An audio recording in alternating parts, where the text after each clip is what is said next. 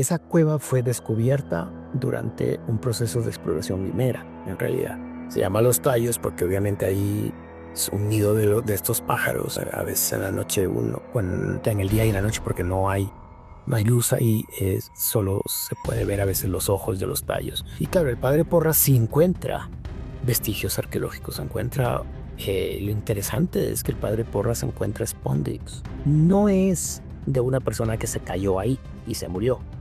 Es un entierro hecho a propósito. Fue un ritual. Ocurrido hace 1200 años.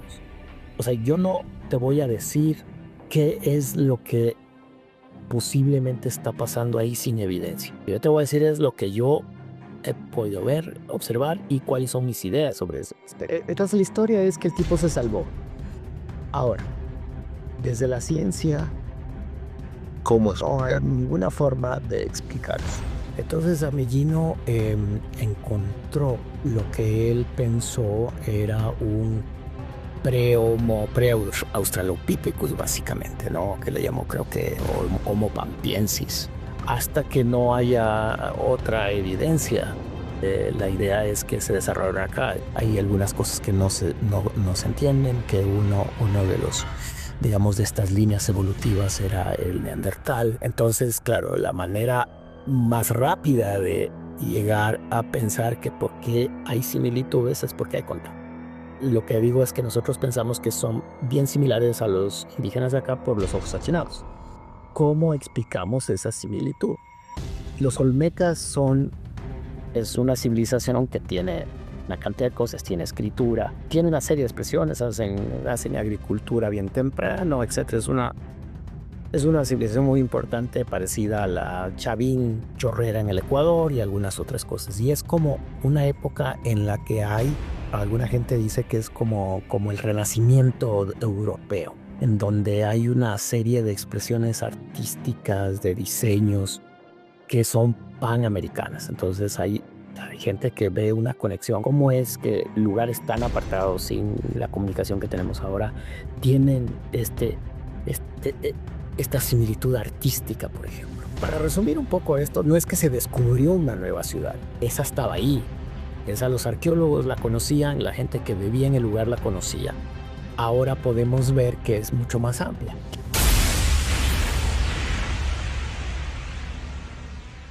La cueva de los Tallos, visitada incluso por Neil Armstrong, ha sido objeto de innumerables hipótesis, especulaciones, en fin, de que el padre Crespi, por allá por los 20, 30, coleccionó toda una elementos de una denominada biblioteca metálica que se encontraba allí adentro. Pero además existen testimonios, incluso fotográficos, de estructuras que realmente parecen artificiales allí adentro, ¿no? Y se habla de que realmente hay cierto ocultamiento con cosas que hay allá abajo de una aparente, llamémosla así, civilización intraterrena que tenía el conocimiento de la historia de la humanidad, que tenía un montón de conocimientos archivados en el sitio. Y se han hecho libros, se han hecho montones de documentales sobre todo esto. Tú como antropólogo, como arqueólogo, ¿qué dices a esto? En primer lugar, ¿hay evidencias de que exista en ese lugar? Porque además tengo entendido, discúlpame, hago un paréntesis, tengo entendido de que hay ciertas partes de esa cueva que aún no se han explorado. Existen evidencias de que pudo existir realmente esa biblioteca, llamémosle así, como le llaman todos, ¿no? Esa denominada biblioteca metálica, esas estructuras que hay allí, esas formas que se ven, ¿son naturales o artificiales? Como tú dices, se ha escrito mucho, se ha explorado poco y hay muchas cosas de las que se puede hablar. A ver, primeramente, la Cueva de los Tallos obviamente es una cueva subterránea, baja es 80 metros y lo que sucede es que tiene una cantidad de pasadizos. Ahora, esa cueva fue descubierta durante un proceso de exploración minera, en realidad. O sea, descubierta para Occidente, porque los shuaras que vivían ahí y toda la gente que vivió allá lo conoce.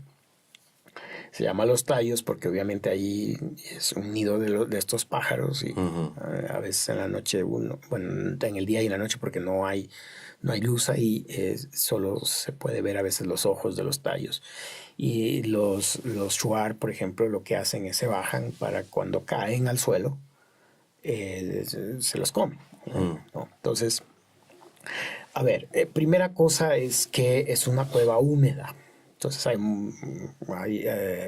muchas estalactitas, estalagmitas que nos dicen que es una formación de millones de años, es súper antiguo.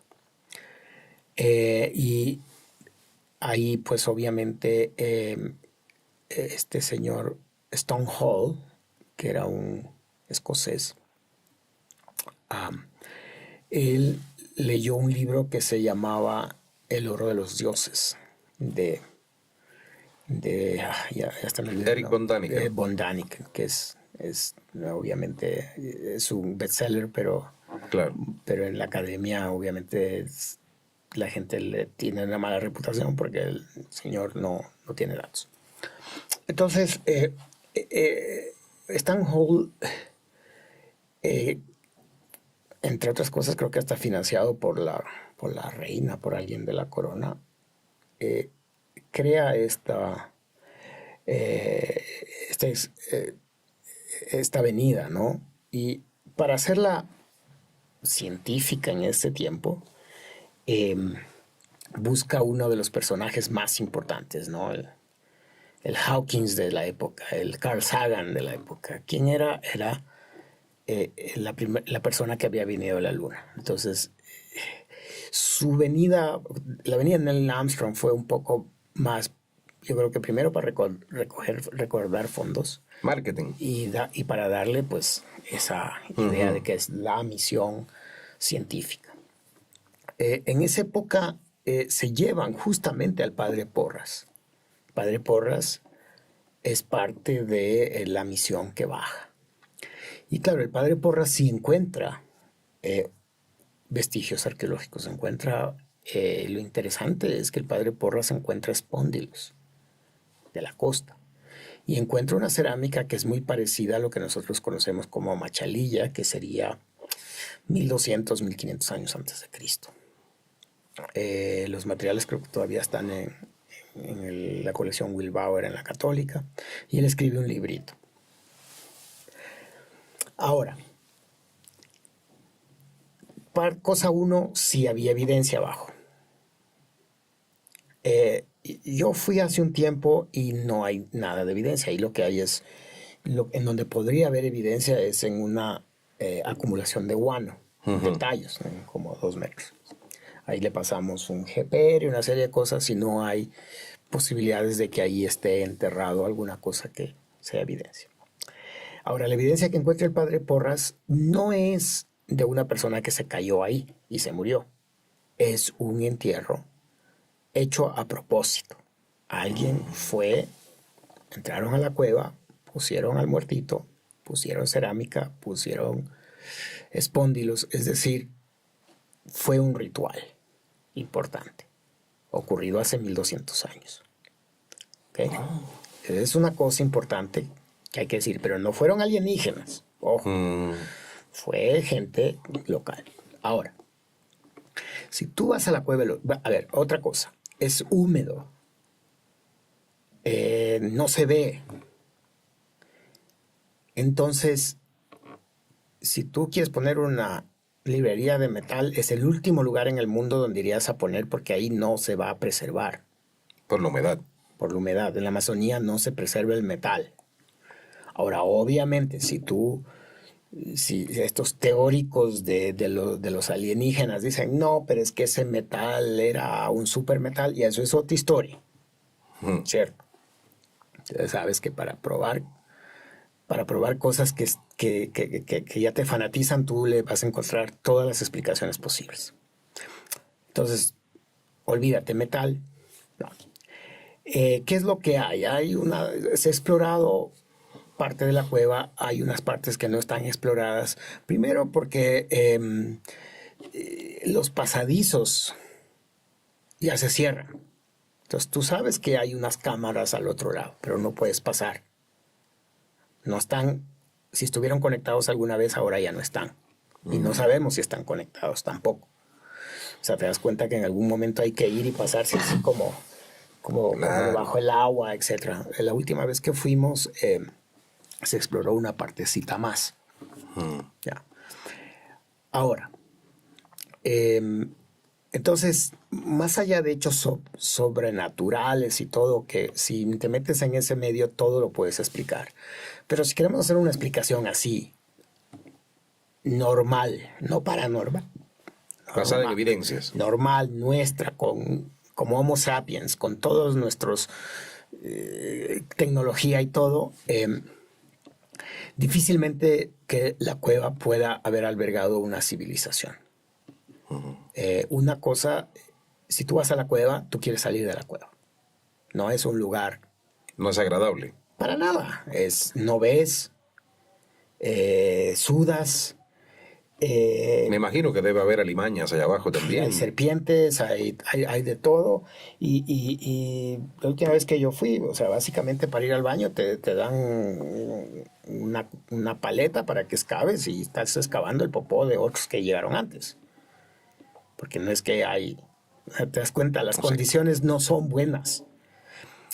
Y tú sales y ves esa selva exuberante y no creo que seas tan, discúlpame la palabra, no es por otra, tan imbécil para meterte a vivir en esa cueva cuando tienes toda esa selva acá afuera. A no ser que sea por una cosa sobrenatural, religiosa, lo que ya, pero esa parte y para mí es un camino escabroso al que no voy a entrar porque para eso no necesito ser arqueólogo. Claro. O sea, yo como ser humano cualquiera puedo opinar y decir lo que quiera. Y tengo la misma posibilidad de que mi opinión sea tan básica o tan compleja como cualquiera de los que nos ven y nos escuchan. Claro. Y yo como arqueólogo obviamente me he entrenado en otras cosas y de eso puedo decir. Entonces, las formaciones geológicas son formaciones naturales. Por más que parezcan y queramos que sean culturales, no son. El padre Crespi. Padre Crespi, obviamente no vamos a justificar la falta de evidencia diciendo que el man estaba medio loco, no sé qué. Tenía una personalidad extraña y extravagante. Y el padre Crespi sí colectó material arqueológico que generalmente le daban los shuar y los colonos locales, porque el padre Crespi vino con estos grupos de los primeros evangelizadores. Sí, que son de esta línea de Don Bosco. Los jesuitas. No. Salesianos. Exacto, salesianos. Sí, los salesianos fueron por el Azuay, fueron por Paute, por toda esa zona. De hecho, yo nací en un pueblo cerca de Paute y ahí los te iban a buscar para que vayas al colegio técnico salesiano en Paute, que era la opción. Entonces, claro, los salesianos llegan, entre esos llega el padre Crespi y obviamente pues los shuar y los colonos le comienzan a dar estas cosas. O sea, los padrecitos, tú sabes, en estos lugares son los que más todo el mundo les quiere y tiene poder. Y entonces él tiene su colección, se la lleva a Cuenca, obviamente. Pero discúlpame, en esa colección yo he visto imágenes que no sé si serán reales, de que tiene unas placas metálicas con grabados raros. A eso me voy a referir. Entonces, él dice que esas les regalaron ahí y que vienen de la Cueva de los Tallos. Y ahí comienza el mito. Verás, nosotros hace poco tiempo estuvimos en una filmación de un documental que está ahí en las redes. Y entonces este arqueólogo se trajo un aparato que lo que hace es ver la composición química del metal. Y entonces comenzamos a medir. Y en la mayoría de esos hay, por ejemplo, platino. Hay algunos componentes que no habían en esa época. Entonces, lo que quiere decir es que son hechos hace poco tiempo. Cosa una. A ver si entendí. Con estos equipos detectan que hay elementos, hay minerales, hay metales que no tenían por qué estar en qué época. Exacto. En la época en la del padre. Hasta hace 100 años. Hasta hace 100 años. Ya. Lo que quiere decir que esas placas fueron hechas hace unos 100 años. O hace unos 50 años. O sea que esto que porta el padre Crespi pudo haber sido una farsa. Verás, si yo tengo mi teoría. Mi teoría es que en Cuenca hay la calle de los ojalateros. Tú te vas a la calle de los ojalateros y esos manes te hacen maravillas, lo que tú quieras, de hojalata. Entonces, tienes una placa que tiene un elefante. Tienes una placa que tiene unos glifos sumerios. ¿Cómo aparecieron? Cojo una revista, cojo el glifo sumerio y le digo, señor, hágame esto. Tan simple como eso. Entonces, no sé si el padre las hizo. No sé si alguien las mandó a hacer y se las engatusó al padre diciendo, vea esto. Y el padre no sé por qué, o ya estaba medio cucú, o lo hizo a propósito, comenzó a decir que eso viene de allá.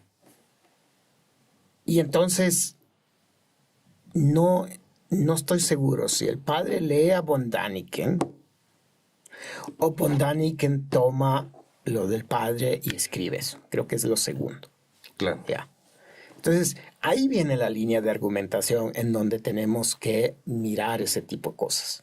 ¿No? Entonces, yo he visto esas placas. Existen todavía esas pero placas. Claro, están ahí en el Museo del Banco Central, ex Museo Banco Central en Pumapungo, en el Museo Pumapungo. Ahí están algunas, no todas. Porque se dice que mucho se desapareció en un famoso incendio. Sí, pero es que cuando, o sea, no sé, para mí esas coincidencias de que justo desaparecen en el incendio, entonces como ya desaparecieron, entonces tiene que ser verdad, no me convence. Sí, es un buen relato. Claro. Y entonces, ¿qué haces? O sea, matas al testigo. Entonces no hay testigo y entonces tu historia tiene que ser verdad. Entonces, la historia del incendio, sí hubo un incendio. Ahora, que haya sido provocado, que era para desaparecer eso, bueno, y eso viene con las teorías conspirativas. Claro. Sí hay algunas de esas placas. Y yo te digo, es hojalata. Y yo te digo, en Cuenca hay la calle de los ojalateros y estos tipos tienen una tradición, creo que son hasta declarados su conocimiento patrimonio inmaterial, no estoy seguro, pero es muy famoso allá eso. Entonces yo creo que toma 3 pelos en la cabeza de comenzar a unir estas cosas y pensarlo de esa forma. ¿Cierto? O sea, claro. ¿Cómo es que no? O sea, ahí están, tú vas ahí, compras. Yo no he hecho eso, pero algún rato voy a coger un cuadro de algo y le digo, oiga, escúlpamelo. Y eso. Entonces, a ver, ahí hay una serie de cosas que hacen que el discurso, el cuento, no sea tan fácil. Ahora, también entendemos que hay gente que hace una carrera con ese cuento. Y obviamente nadie quiere probar que lo que ha dicho no es verdad. Y entonces, seguramente, o sea, yo tengo amigos y hasta ciertos colegas que creen esas historias, pero yo creo que es una necesidad mental de pensar que hay algo más que explique nuestra existencia. Y entonces buscamos, y a veces hablo con gente que que es lógica para pensar, pero dicen, no, no, no, no. Digo, pero te das cuenta de lo que estás haciendo, pero ya, o sea, entras en ese juego. Entonces, no sé, yo obviamente fui a la cueva, llevé una estación total, llevé una serie de cosas para mirar, o sea, lo que habría que hacer ahora es volar un droncito y hacer unos LIDAR de todo eso, a ver si por ahí se puede ver algo. Pero no hay agua, o bueno, hay agua que pasa por las estalactitas, estalagmitas, pero eso te digo, no hay... No hay posibilidad de una vida continua. No. O sea, y bueno, si viene un ufólogo y dice, no, es que ahí estaba la nave y bueno, eso ya es otra cosa. Claro. Pero, y eso te digo, o sea... No, porque incluso se especula de los famosos reptilianos. Ah, sí. Ahí abajo pero el día que lo veamos, entonces podemos decir algo. Ese es el problema, que yo quiero tener a uno sentado aquí delante, traer un reptiliano aquí, sentarlo y decirle, a ver. El día que lo haga me invita para verlo. Claro. Claro. Eso yo quiero. Sí, y claro, hasta hace poco ir a la Cueva de los Tallos era casi imposible. ¿Por qué? Porque tenías que tener una infraestructura. O sea, lo que me refiero es que cada vez que hay más acceso a la información, Ya te entiendo. los mitos comienzan a tambalear. Uh-huh. ¿No? Uh-huh. Porque antes te decían, no, pues la Cueva de los Tallos, y tú escuchabas la Cueva de los Tallos y pensabas, chuta, y eso seguro ha de ser así, pues. Pero ahora tú puedes, te vas a Limón Indanza y dices, yo me quiero ir a la Cueva de los Tallos, y ahí hay incluso un grupo de gente que te lleva. Y tú puedes ir con tus aparatos, puedes hacer lo que sea y puedes ver. No necesitas una autorización especial, ni mucho menos para hacerlo. Todavía no, yo creo que en algún momento sí se va a necesitar, porque ya sabes que tampoco mucha gente hay. Pero a lo que me refiero es que, o sea, yo no te voy a decir qué es lo que posiblemente está pasando ahí sin evidencia. Lo que yo te voy a decir es lo que yo he podido ver, lo que yo puedo observar y cuáles son mis ideas sobre ese respecto. Te entiendo. Ahora, son muy simples y a lo mejor a mucha gente no le guste porque pues quiere oír algo que le llene y le diga, no, pues sí hay un mundo más complejo por ahí. Y bueno, estamos listos a mirar desde el otro lado cuáles son las evidencias para asumir que hay una verdad en eso, ¿no? Por favor, a los espectadores de Ecuador, atención, porque ya hemos debatido sobre este tema en otras ocasiones en mi otro canal, pero ahora tengo la oportunidad de tener frente a mí a un antropólogo, arqueólogo, para hablar sobre el tema. El reino de Quito, el vilipendiado reino de Quito, ¿existió o no existió? Es decir, es una pregunta interesante y que sí necesita ser dicha y expresada sin pelos en la lengua, ¿no? O sea, yo seguramente lo que voy a decir a alguna gente no le va a parecer, pero esta es mi opinión y me voy a basar en información que tenemos. Es que tú y yo pensamos igual. Nosotros no decimos lo que quiere la gente escuchar, sino lo que hasta ahora la evidencia nos permite. Exactamente. ¿No es cierto? Porque puede ser que mañana alguien hace el descubrimiento que nos lleva a pensar de que un reino, una civilización, como la presentó el padre Juan de Velasco, sí existió. Hasta el momento, la evidencia arqueológica nos lleva a pensar de que no, de que esa es básicamente más una construcción, una narrativa, no sé si hasta cierto punto una idea de cómo debería o cómo se vería. A ver, cosa uno. El Ecuador es un país pequeño, megadiverso, en términos ecológicos, biológicos, ¿no es cierto? Nadie contradice eso. Por supuesto. ¿Cierto?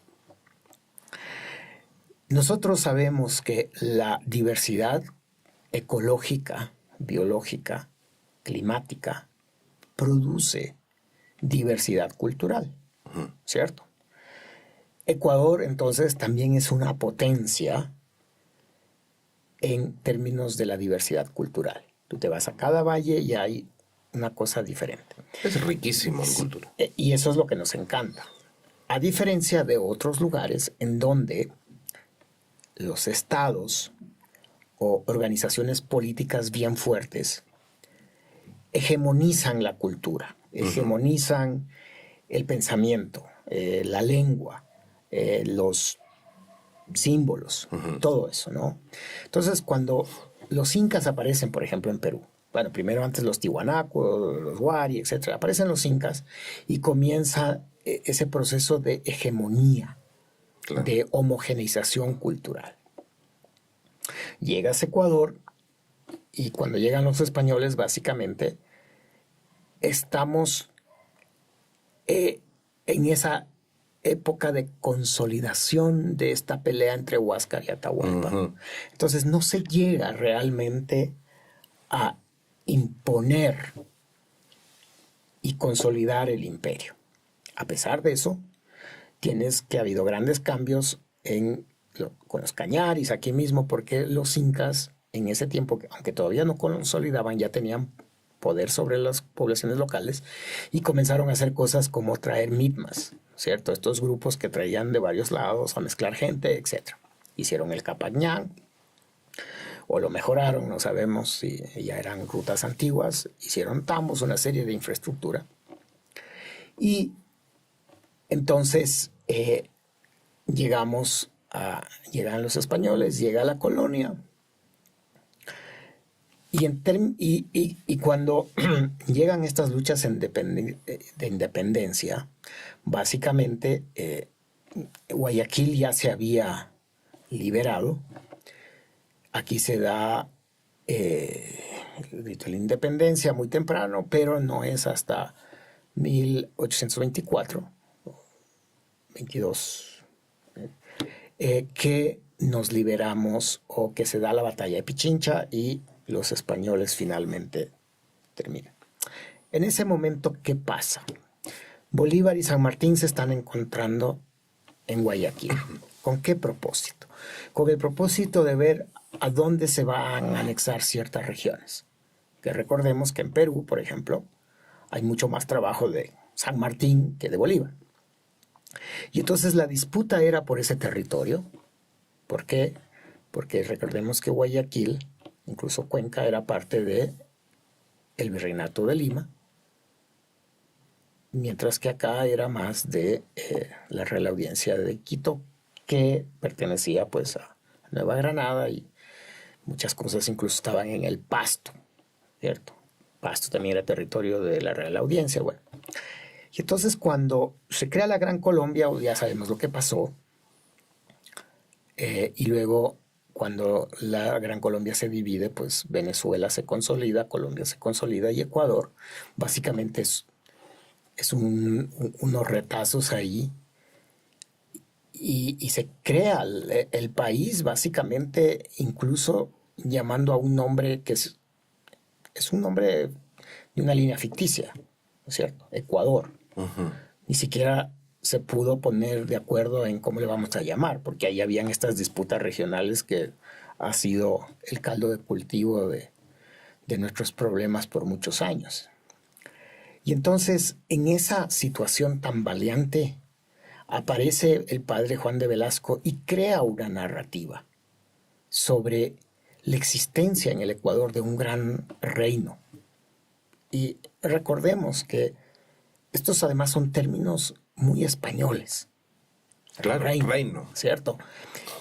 Al Tahuantinsuyo le llaman el reino de los incas. ¿No es cierto? Y comienzan también a crear todas estas ideas de que hay reyes. Al inca se le llamaba rey. El Zapa Inca es rey, las princesas, todo eso. La nobleza. Exacto, que es un discurso desde España sobre lo que está pasando acá. Y entonces el padre Velasco agarra una serie de información por ahí dispersa y crea esta historia de que también hay un reino, que no le llama el reino del Ecuador, pero el reino de Quito, ¿no? Y entonces el reino de Quito se expande hasta los Cañaris, arriba, poco más hasta Colombia.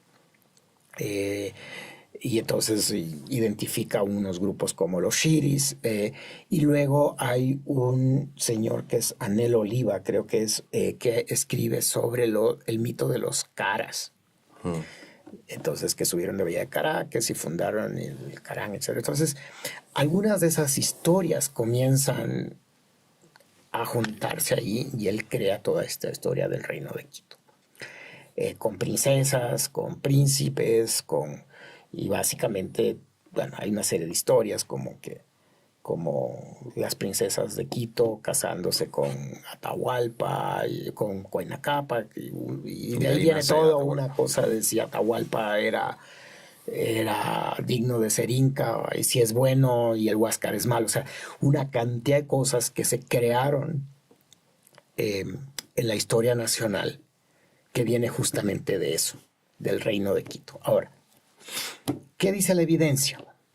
La evidencia dice que básicamente el país y el área interandina, etcétera, era un conglomerado de grupos organizados políticamente, sí, jerárquico, pero no tan fuerte como para llamarse un reinado. Habían, qué sé yo, cacicazgos que les llamamos. Aquí estaban todos los de la Sierra Norte, cayambes, caranquis, qué sé yo, tabalos, abajo los cañaris mismo, toda esta población cañari organizados en diferentes cacicazgos regionales, al igual que en la costa, los manteños, etc. Es decir, organizaciones políticas mucho más pequeñas, no una sola, sino varias, que de alguna manera eran interdependientes. Entonces, mientras que en el Perú a un grupo de un valle le tocaba ir y pelearse con el otro para obtener recursos, aquí tú podías ir en un día de caminata y a tener acceso a ríos navegables. Entonces, fácil comunicación que todavía existe. Y eso hace que, ¿para qué vas a ir a conquistar un territorio? Si tú puedes entrar en una relación comercial, depender de esa gente que te traiga cosas, ¿cierto? En la actualidad, tú ves aquí en el Ecuador, comemos ceviche fresco al rato de que lo pescaron en el mar. Entonces, la amplia comunicación creó estas ideas de estos cacicazgos interdependientes. Y eso no lo digo yo, eso lo dice la historia y eso lo dice la arqueología que se ha hecho en los últimos 100 años. Entonces, aquí tenemos una disputa entre lo que dice la arqueología, lo que dicen algunas fuentes etnohistóricas y lo que dice el padre Juan de Velasco. Y en esa contradicción nos mantenemos. Entonces, a ver, la historia del padre Juan de Velasco, como yo la veo, tuvo una razón y tuvo un éxito. ¿Por qué? Porque en el momento en el que Ecuador comienza a crecer como república, todavía hay gente que dice que el Ecuador no está consolidado porque no hay una identidad cultural fuerte. En el 41 Carrión decía, si no nos unimos y desarrollamos esta potencia cultural que tenemos, vamos a sucumbir, etcétera, etcétera, ¿no es cierto? Entonces, siempre hay esta idea de que es que los ecuatorianos no tenemos así como en Perú el gran imperio, entonces no nos creemos ecuatorianos, hay una serie de cosas, pero obviamente va cambiando esa idea porque ese es el modelo hegemónico de qué es lo que debe ser una república, ¿cierto? Ahora estamos más bien al otro lado diciendo qué rico que los ecuatorianos somos diversos. Entonces, en ese momento ese discurso hegemónico pegaba, y yo creo que pegó mucho incluso en una élite quiteña que vio en ese discurso la consolidación de una idea de que ya había un país antes de que haya este país. Así yo lo miro. Yo difícilmente uso al padre Juan de Velasco para referencias digamos, históricas. Para mí es un trabajo interesante, pero no es un trabajo de la historia del Ecuador. No tiene, o sea, sus datos no concuerdan. Que sé yo, Frank Salomon está estudiando aquí todo el valle de toda la zona de Quito y tiene un libro que se llama los señores de Quito. Su tesis doctoral que se llamaba The Lords of Quito y ahora creo que lo volvió a incluso imprimir el IPM, el IMP, el Instituto Metropolitano de Patrimonio. Y él lo que habla es de que aquí habían varias, como ellos le llaman yactacunas, pequeños grupos diversos comerciando, haciendo una serie de cosas. No hay el famoso reino de Quito, etnohistórica y arqueológicamente. Hay todavía un grupo que apoya generalmente esta idea y obviamente no, mi trabajo no es convencerles. Claro. Mi trabajo es decir que al momento, de acuerdo a la evidencia que tenemos, esta famosa historia del Reino de Quito nos parece desde la perspectiva de los arqueólogos un mito. Una buena narrativa que cumplió su tiempo, pero nos hizo mucho daño, porque en este momento desmitificar la existencia del Reino de Quito es una tarea muy compleja. Claro, son décadas y décadas. No sé si en los libros de primaria y secundaria se sigue enseñando eso. De hecho, hay una, no sé si empresa o compañía o cooperativa de buses que se llama así, Reino de Quito. Bueno, si yo me voy a Riobamba, y lo siento, señores de Riobamba, en Riobamba no se acepta hablar mal del padre Velasco, porque él es riobambeño. Ya. Y creo que hay un pueblo que se llama Juan de Velasco, creo que hay escuelas que se llaman Reino de Quito. Entonces, y ojo, no es... O sea, yo creo que el padre Juan de Velasco hizo lo que tenía que hacer en su momento que tenía que hacer. Ahora, no estoy cuestionándole al padre Velasco como persona o como sacerdote. Eso cada cual juzgará como quiere, pero lo que yo estoy tratando de decir es que la evidencia hace que esa historia del padre Juan de Velasco ya no tenga asidero, ya no tiene soporte, es más, todo es contrario casi a lo que él ha dicho. Entonces, y para eso para eso uno estudia, para eso es la historia, para eso es la ciencia, para eso es, Claro. la evidencia, ¿no? Entonces, volver a pensar que existe un reino de Quito, o sea, en la arqueología eso ya no es materia de discusión. Eso ya pasó, eso ya no es una preocupación siquiera pensar de que existe o no existe. Eso ya no es una pregunta que nos hacemos. Esto no es motivo para nada de discusión, ni de ponerse a bronquearse en estos momentos en los comentarios o en debates, en fin. Se trata de conocer las evidencias que aporta, en este caso, nuestro amigo Florencio Delgado, antropólogo, arqueólogo, que ha tenido la gentileza de venir con nosotros hoy aquí para hablar sobre todos estos temas desde la posición de un experto en ello. Ahora le toca a cada uno de ustedes, especialmente en el Ecuador, que es donde existe este debate sobre el Reino de Quito, les toca sacar sus conclusiones. ¿Cuál es el descubrimiento más impactante o incómodo al que has tenido acceso como arqueólogo o antropólogo? A ver, yo no, lo he estado pensando y en realidad, a ver, no hay nada que me sea incómodo. Yo no tengo prejuicio, es decir, no tengo una preidea. Y si a veces tengo una preidea y voy y resulta que la evidencia prueba lo contrario, pues simplemente así es la ciencia, ¿no? Ahora, una cosa que sí es bien interesante y no tiene que ver con lo que he excavado, sino con mi experiencia, por ejemplo, con comunidades actuales. Son dos. Primero, la una es que yo estuve en una sesión chamánica, tomamos ayahuasca, y previo a tomar ayahuasca, el chamán nos habló con nosotros y nos medía el torrente sanguíneo, yo creo, porque nos ponía la mano acá. Y entonces la persona que estaba más interesada era una chica norteamericana en tomar. Y el señor le dice, el chamán le dice, mira, tú no puedes tomar. Nunca, no le dijo nada más, solo le dijo, tú no puedes tomar. Y eso va de nuevo a esta idea de la ciencia como forma de explicación y la ciencia que no explica. ¿Cierto? Es como cuando la abuelita te da a ti un agua de viejas y te cura.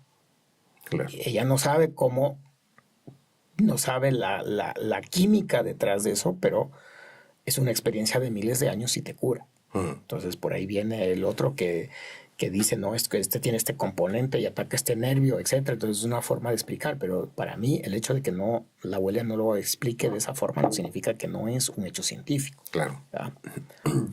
Ahora, entonces, esta persona no tomó, se frustró, salimos y después de unos meses, después de un mes me escribe, me dice, ¿sabe qué?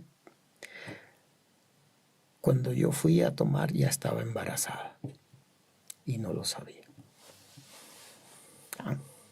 Entonces, y claro, la ayahuasca es abortiva también. Entonces, eso te cuestiona sobre ese conocimiento. ¿No? Nadie me lo contó, yo lo vi, yo lo viví, entonces. La segunda va más o menos por la misma cuestión, y es que en alguna vez, hace muchos años, cuando yo era estudiante, estábamos trabajando recolectando plantas en algún lugar de la Amazonía, como dice Quijote, en algún lugar de la Amazonía cuyo nombre no me quiero acordar. Y en mi caso es cuyo nombre ya no me acuerdo. Literalmente. Sí, entonces, y claro, las cosas han cambiado en los últimos 30 años. O sea, antes en la Amazonía no habían vías, era complejo. Entonces, estamos en la recolección de plantas, ¿no? Por allá, unos campamentos, bien duro el asunto. Y a uno de los chicos que trabajaba con nosotros, que creo que era del Tena, del Puya, no sé, le muerde una serpiente. Una de estas que le llaman algo así como hoja seca, hoja podrida, una cosa así, que son de las Furlan, son del tipo X, pero de las más poderosas. Esas, en cuestión de horas, te coagulan tu sangre y obviamente ya no hay torrente sanguíneo y te mueres, ¿no? Y claro, era de noche y hasta llovía un poco, entonces, ¿qué hacemos, no? O sea, le enfocamos, vimos qué tipo de serpiente era. Yo dije, este man se me muere. Y ¿qué se podía hacer en ese momento? Entonces, estás frente a un momento en el que todas las opciones son importantes y necesarias. No puedes barajar ninguna opción. Entonces, comenzamos a caminar, ¿no? O sea, caminar, porque nuestra idea era de que sí, el siguiente día llegamos al pueblo, pero las chances de que el tipo estaba vivo eran difíciles. Entonces llegamos a un cruce de 2 ríos y comenzamos a escuchar así la canoa. Entonces aparece un señor de la nada, sin camiseta, 2 de la mañana, con un farolito ahí que llevaba en la canoa. Y nos dice, un español además bien pobre, nos dice, ustedes llevan una persona mordida por culebra. Wow, ¿y esto? Y me dijo, no, miren, llegar al pueblo no van a llegar hasta después de 1 día y medio. Y él ya se va a morir. Así es que yo me lo voy a llevar más acá abajo, ahí está mi casa, y ya tengo todo preparado y lo voy a curar. Ustedes vengan en 4 días durante el día y yo se los entrego. O sea, primero el tipo ya casi no hablaba, nos quedaba viendo y dijimos, ve, ay, esto es lo que hay, hermano. Entonces dijo, bueno, y lo embarcamos. Y le dijimos, pero llévenos para ver dónde es. No, dijo, váyanse nomás. Nos dijimos nosotros, ya aquí ya lo perdimos, ¿no? Como a los 4 días volvimos y el tipo estaba sentado ahí en la playita con el man. Y claro, luego le preguntamos, nos dijo que le habían dado que entró como en fiebre, como en shock, que no se acuerda mucho, pero lo que se acuerda es que le daban de tomar unas cosas, que le ponían hierbas, etc. Entonces la historia es que el tipo se salvó. Ahora, desde la ciencia ¿Cómo no explicar? hay ninguna forma de explicar eso. Ahora, lo que yo sí puedo decir es que cuando uno toma estos alucinógenos como la ayahuasca, lo que yo creo que pasa es que nuestra capacidad cerebral se incrementa un poquito. Se dice que nosotros usamos el 11%, algunos dicen 9% de nuestra capacidad cerebral, que si usáramos el 100% nos podemos transportar y todo eso. Yo lo que creo, y algunos que han escrito sobre esto ya lo dicen, es que hay un pequeño incremento de nuestra capacidad cerebral. Y entonces podemos ver, percibir y escuchar cosas que en tiempos normales no lo hacemos. Y por eso es que cuando tú estás bajo el efecto de la ayahuasca,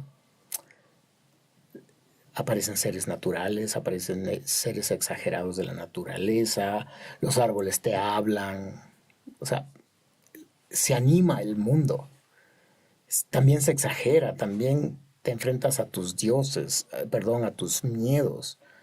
O sea, es una cosa bien compleja, bien fuerte. Y las comunidades en la Amazonía y antes que lleguen los españoles lo tenían claro y lo hemos perdido, ¿no? Entonces yo lo que creo es que eso es lo que está pasando, que se pueden percibir cosas que nosotros ya no, o sea, ahora nosotros aquí, ¿qué tenemos? O sea, ¿quién puede decir que se sienta a escuchar el ruido de la naturaleza, del río? No tenemos, todas esas cosas la hemos perdido. Ya nuestra inteligencia lo que percibimos del mundo es mucho más visual y cada vez es más superficial porque la información te viene tan rápido que la tienes que interiorizar y contestarla, etcétera. Ya no te sientas a reflexionar, ¿cierto? Entonces tú vas a la Amazonía y tienes un chamán que se levanta, tiene sueños, junta a la familia, le cuenta los sueños y en base a eso determina cómo y qué va a hacer ese día. Y luego se sienta de nuevo, se toma ayahuasca, habla con sus dioses. Y uno dice, qué vida tan triste. Y luego él nos queda viendo a nosotros y dice, pero si estos se levantan a las 4 de la mañana, tienen que estar en el tráfico 1 hora, hacen esto, el ruido, y luego se van a dormir y a veces no duermen y les da insomnio. Y qué vida tan triste, ¿no es cierto? Es la idea del pobre ser urbano. Claro. Entonces, a ver, volviendo y redondeando esto un poco porque está como disperso, No, para nada, al contrario, es fabuloso lo que acabas de decir. Yo creo que hay una dimensión que la ciencia moderna no explora. Y claro, hay unos geniecitos que no tienen que tomar ayahuasca y que ven más allá, ¿no? Que son los Newton, todos estos grandes, los mismos Darwin, etc.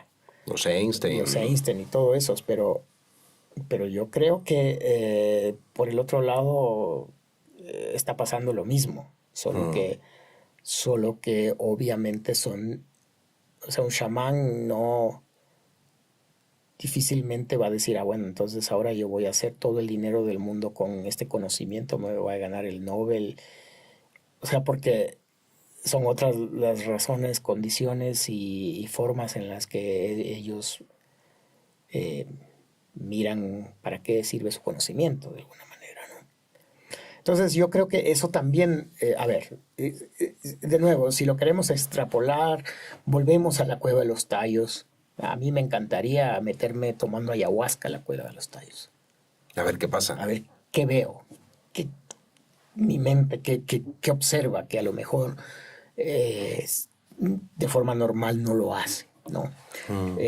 Entonces, y claro, nosotros, por ejemplo, mi interés con estas bebidas y todo es que, por ejemplo, para yo entender el arte, qué sé yo, la cerámica de los Jamacuaque, que tienen así, los Tolita, que tienen unos dragones, unas cosas raras, lo que está pasando es que son bajo el efecto de estos alucinógenos que están produciendo esto, esta realidad exagerada, aumentada, y tiene que ver con una serie de cosas que podemos en algún momento volverlas a discutir, que es como todo el pensamiento,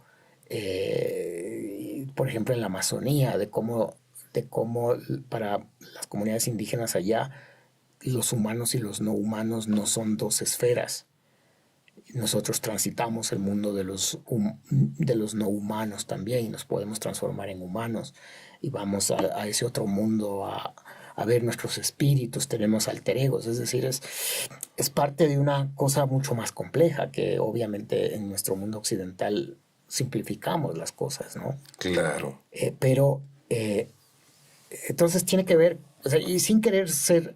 O sea, pareciera ahorita que no soy un académico. No, para nada, para nada. Pero es más, la idea es cómo logramos entender eso y explicarlo incluso desde Occidente, ¿no? Porque ahí nos estamos perdiendo una súper oportunidad. Por supuesto. ¿No es cierto? Y eso no solo tiene que quedarse además en la discusión académica, eso tiene que trascender para que la gente comience a mirar también desde estas otras perspectivas, ¿no? Sí. Y que no hay una sola verdad, no hay un solo camino, no hay una sola forma de explicar este mundo. Y que a lo mejor los de allá ya lo tenían listo. Y vino Occidente y dijo, no, te vamos a imponer al Dios católico y te vamos a imponer una historia blanqueada y todo lo demás, eso es brujería, eso no es algo que hacemos, eso está en contra de la iglesia. Lo primerito que hicieron es vinieron e implantaron la doctrina de la extirpación de idolatrías, ¿no? Claro. Entonces con eso todo ese otro pensamiento alternativo fue olvidado, pisado, hasta encarcelado a favor de esta otra visión. Yo creo que por ahí algo está pasando y algo tiene que pasar. En enero de 2024 hubo una noticia que sacudió literalmente el mundo. Se descubría, y eso quiero que me lo aclares, se descubría en la selva amazónica ecuatoriana, por la zona de Morona, Santiago, se descubrían estructuras, formaciones que daban pie a pensar de que se trataba, o de hecho se dijo que era una ciudad perdida que había sido encontrada gracias a la tecnología LIDAR. Y realmente esto rondó por el mundo. Apareció El Dorado, o apareció Paititi, o apareció... Esta es la ciudad al fin, allí está. Y ahora resulta que tú estuviste vinculado con el descubrimiento de esa ciudad perdida de alguna manera. Explícame eso y de qué se trata este descubrimiento que tenemos allí. A ver, primero hay que decir que las investigaciones en el Lupano comenzaron en los 50s. ¿Hace tanto? Sí, y el pionero fue un sacerdote, el padre Ignacio Porras, Pedro Ignacio Porras. Él era profesor en la Universidad Católica. Y entonces, en tiempos en los que la arqueología no era para nada importante en este país y la hacían los extranjeros o los que tenían dinero lo hacían de pasatiempo o los sacerdotes que tiempo sí tenían. Este padre entró en la Amazonía en épocas de que era bien duro y él ya estudió esta zona del Lupano. Él tiene un libro que se llama En las faldas del Sangay y su análisis se basa en un área que se llama Huapula. Claro, él tiene otras explicaciones, él ve un jaguar copulando con un caimán, algo así, que eso tiene que ver con el mito de creación de estos pueblos. Y eso estaba ahí, luego vinieron un grupo de... Luego uno de los profesores de la Universidad Católica, Ernesto Salazar, que conoció al padre Porras y el padre Porras estaba en el departamento de historia y el Ernesto en antropología. Creo que luego de que el padre Porras fallece, Ernesto desarrolla un proyecto para volver al Sangay. De hecho, hay un artículo en un libro que se llama De vuelta al Sangay. Yo me acuerdo, alguna vez estuve en Washington y ahí escuché una charla de él sobre el Sangay. Y él invita a un grupo de franceses, entre esos un señor Rostand, a excavar en el Upano. Y luego se pelean. Entonces el señor Rostand se va y excava por allá a otro sitio que se llama Quilamope.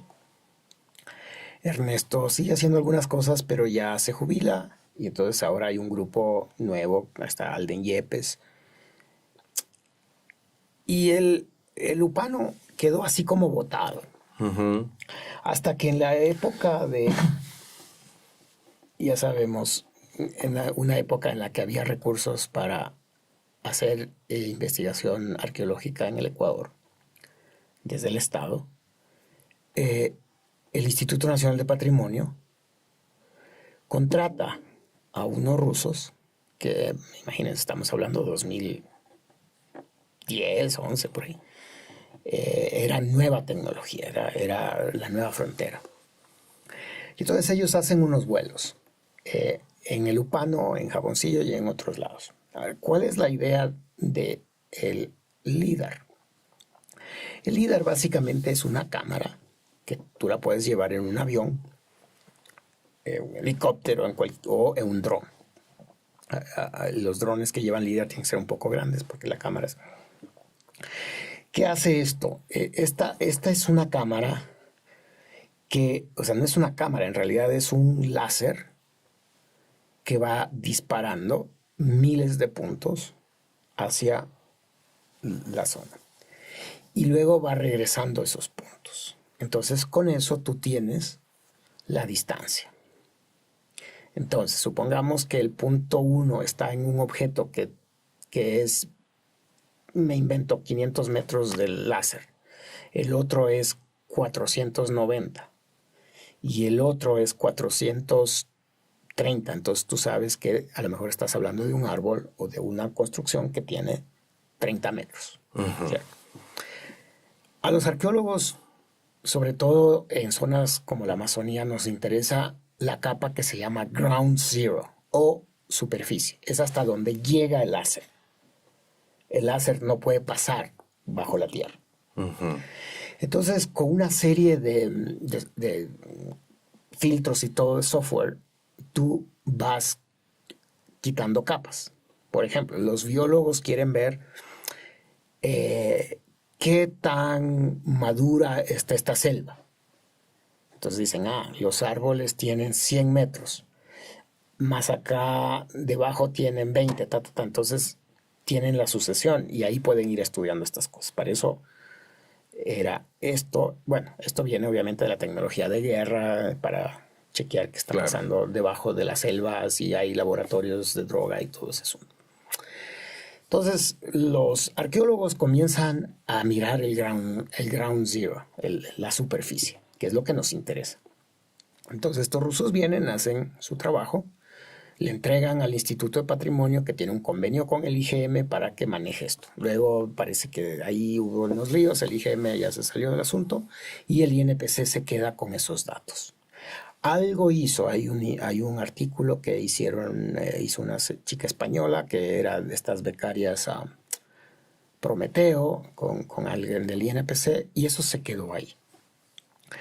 Entonces, cuando íbamos a algunas reuniones fuera del país, sobre todo, habían ya gente hablando y mostrando fotos. Entonces yo un día me acerqué a los del INPC y les dije, vean, ¿y qué es de esta información? Me dijeron, no, es que, pero tú sabes, esto costó miles de dólares y los candados y toda una serie. Hasta que yo les dije un día, ve, está muy triste que gente que no es ecuatoriana tenga esta información, la presente, y nosotros, ecuatorianos, no tengamos acceso.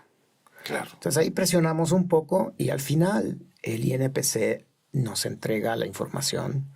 Entonces, USFQ, Universidad Católica y ESPOL, que eran las universidades en esa época que entrenan arqueólogos, formamos un equipo para trabajar. Y obviamente nos dijo el INPC, mira, es que cualquier cosa que vas a decir sobre esto, etcétera, tienes que decirnos, pedirnos permiso, si vas a publicar, poner nuestros nombres, una serie de cosas, las cuales está bien. Entonces estábamos trabajando en eso y nuestra sorpresa, aparece en Science Magazine el artículo sobre el Lupano, con los mismos datos.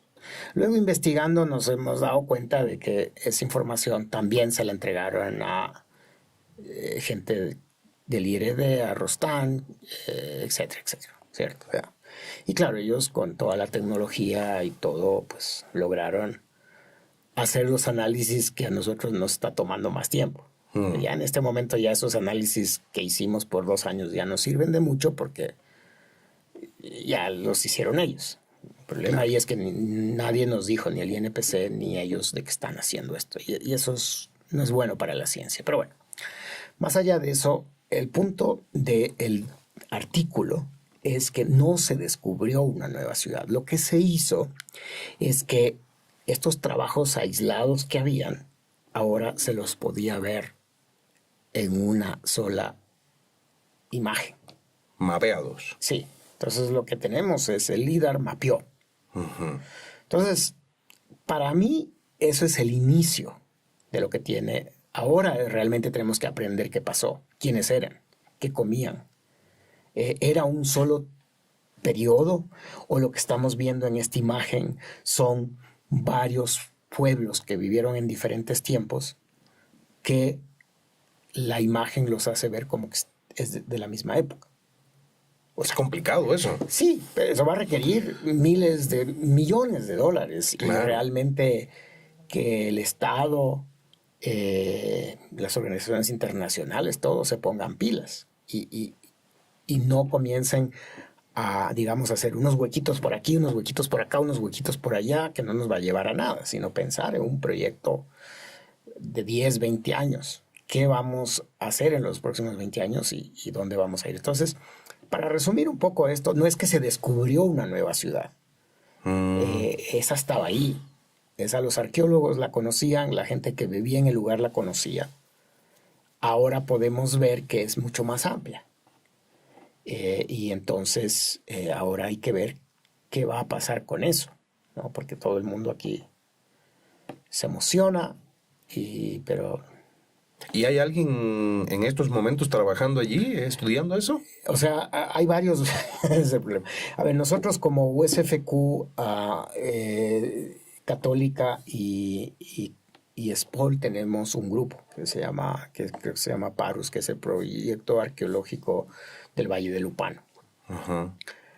Hacemos lo que se puede basado en los recursos. Ahora, claro, el problema del Ecuador es que es muy difícil poner a la gente juntas en una mesa.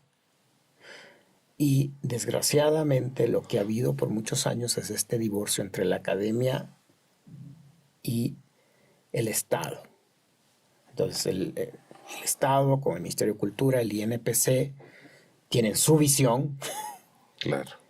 Y a veces el problema también es que ellos dicen, no, nosotros lo vamos a hacer. Y entonces terminamos en una especie de competencia que no le ayuda a nadie. Cada cual ala para su lado. Sí, y tú tienes el problema grande, es que tú tienes a la academia pensando, siendo crítico, que no es ni mejor ni peor que nada, y tienes al Estado administrando. Entonces, el uno se pasa en la administración y por ahí hace algo, y el otro se pasa en el pensado. El uno tiene los recursos, el otro no tiene.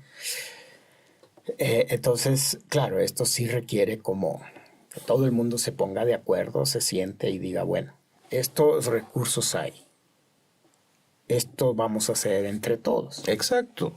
Al final, el único beneficiario para el que se debe trabajar es para el país. Y para el patrimonio. Exacto. Que además incluso el patrimonio ni siquiera es del país, es universal. Exactamente. O sea, lo cuida el Estado porque eso es lo que le toca, pero... ¿Quién sabe si ahí, en esas estructuras que se han encontrado, está la respuesta a alguna de las interrogantes que nos hemos hecho en este podcast? ¿Quién sabe? Posiblemente. Además, recordemos, o sea, la Amazonía, el Upano, no, hace 200 años no era Ecuador. Claro. Era un territorio como cualquiera, era la Via Yala. Entonces, claro, y eso te decía, es decir, nosotros pensamos en el patrimonio como una cuestión nacional. Y obviamente es porque de ahí vienen los recursos y todo, pero realmente este es un patrimonio de la humanidad. Todo sitio arqueológico es de la humanidad. ¿Lo declara el UNESCO o no? Exacto. Porque Así es. los valdivianos no hicieron cosas para que solo lo conozca la gente que vive al lado, sino que se maraville la humanidad. Es una página más de nuestra historia. Exacto. Florencio, hace décadas, Florentino Amellino, desde Argentina, popularizó una hipótesis que ha cautivado a muchos. La hipótesis de que la humanidad realmente surgió en América, específicamente en América del Sur, en el Cono Sur, e incluso que desde ahí se pobló el mundo.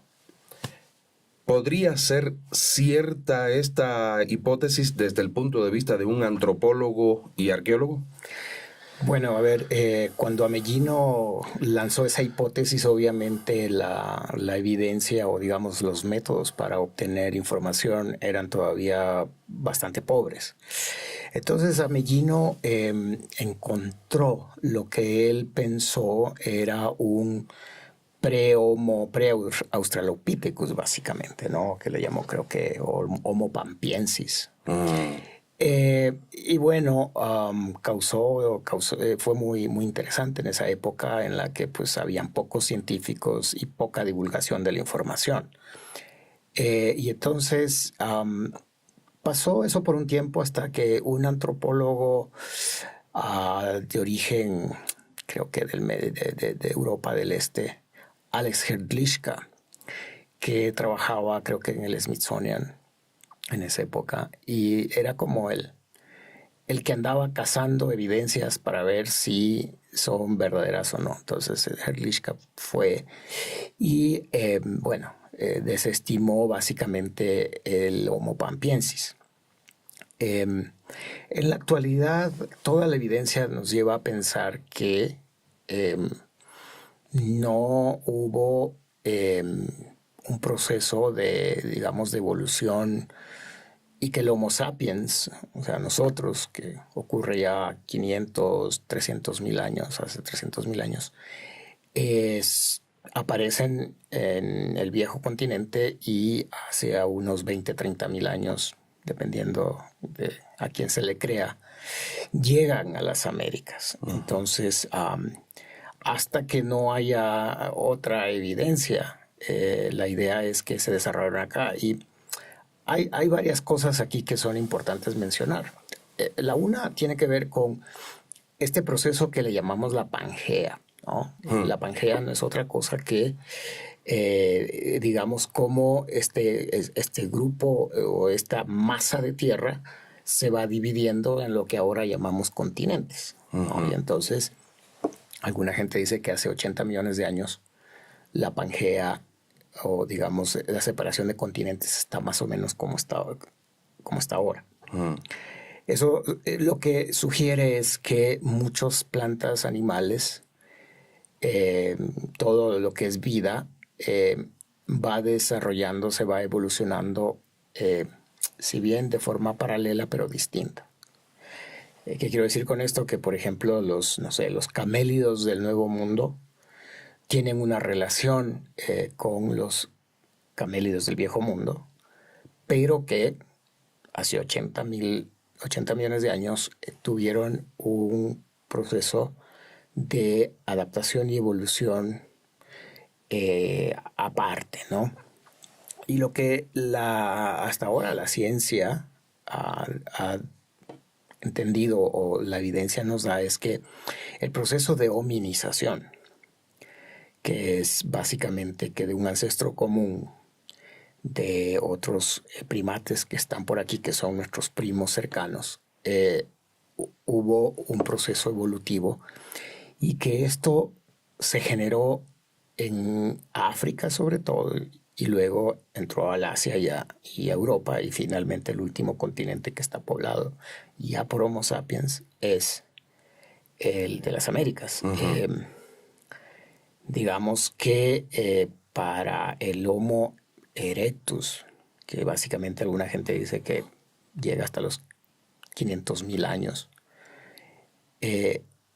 están poblando Asia y Europa, ¿no? Y ahí también hay algunas cosas que no se entienden, que uno de los, digamos, de estas líneas evolutivas era el Neandertal, que pobló gran parte de Europa sobre todo. Pero de manera paralela. De manera paralela con los Homo sapiens.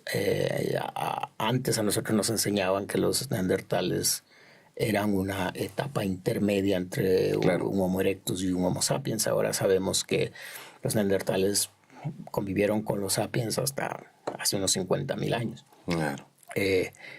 Y que después de eso, básicamente entran al Nuevo Mundo.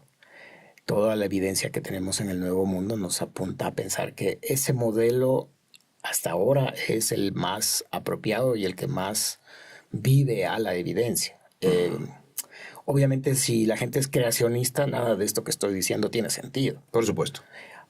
Pero si venimos de esta visión más, digamos, de la ciencia, lo que nos damos cuenta es básicamente que los primates, como el chimpancé, el gorila y otros, tienen una similitud genética con nosotros tan grande que en realidad cambian un par de secuencias y ya tienes a los humanos. Lo que significa en términos evolutivos es que la evidencia es clara, concreta y precisa de que hay una conexión, ¿cierto? De que genéticamente somos lo más parecido a, por ejemplo, los chimpancés. Tenemos más del 90%.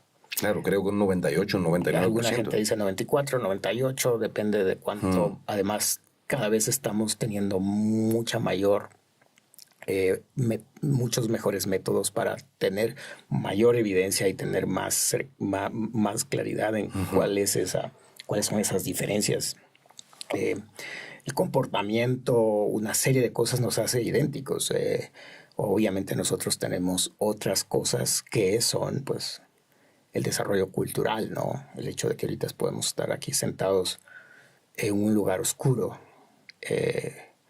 significa que podemos manipular el entorno. Claro. Eso nos hace diferentes, pero genéticamente casi somos bien similares. Entonces, y lo que sucede, porque esto es interesante, es porque después de la Pangea hay estos procesos de especiación y son los monos del viejo mundo los que entran en ese proceso, digamos, los ancestros comunes de los monos actuales es el ancestro del viejo mundo que empieza este proceso de hominización que no pasa con los del nuevo mundo. ¿Por qué no tendremos, al menos yo no tengo el conocimiento para decir por qué acá no pasa lo mismo? El hecho es que allá pasa. Y entonces acá no tenemos gorilas, acá no tenemos orangutanes, acá no hay chimpancé. Es decir, esos son especies que se fueron desarrollando en el otro lado del continente.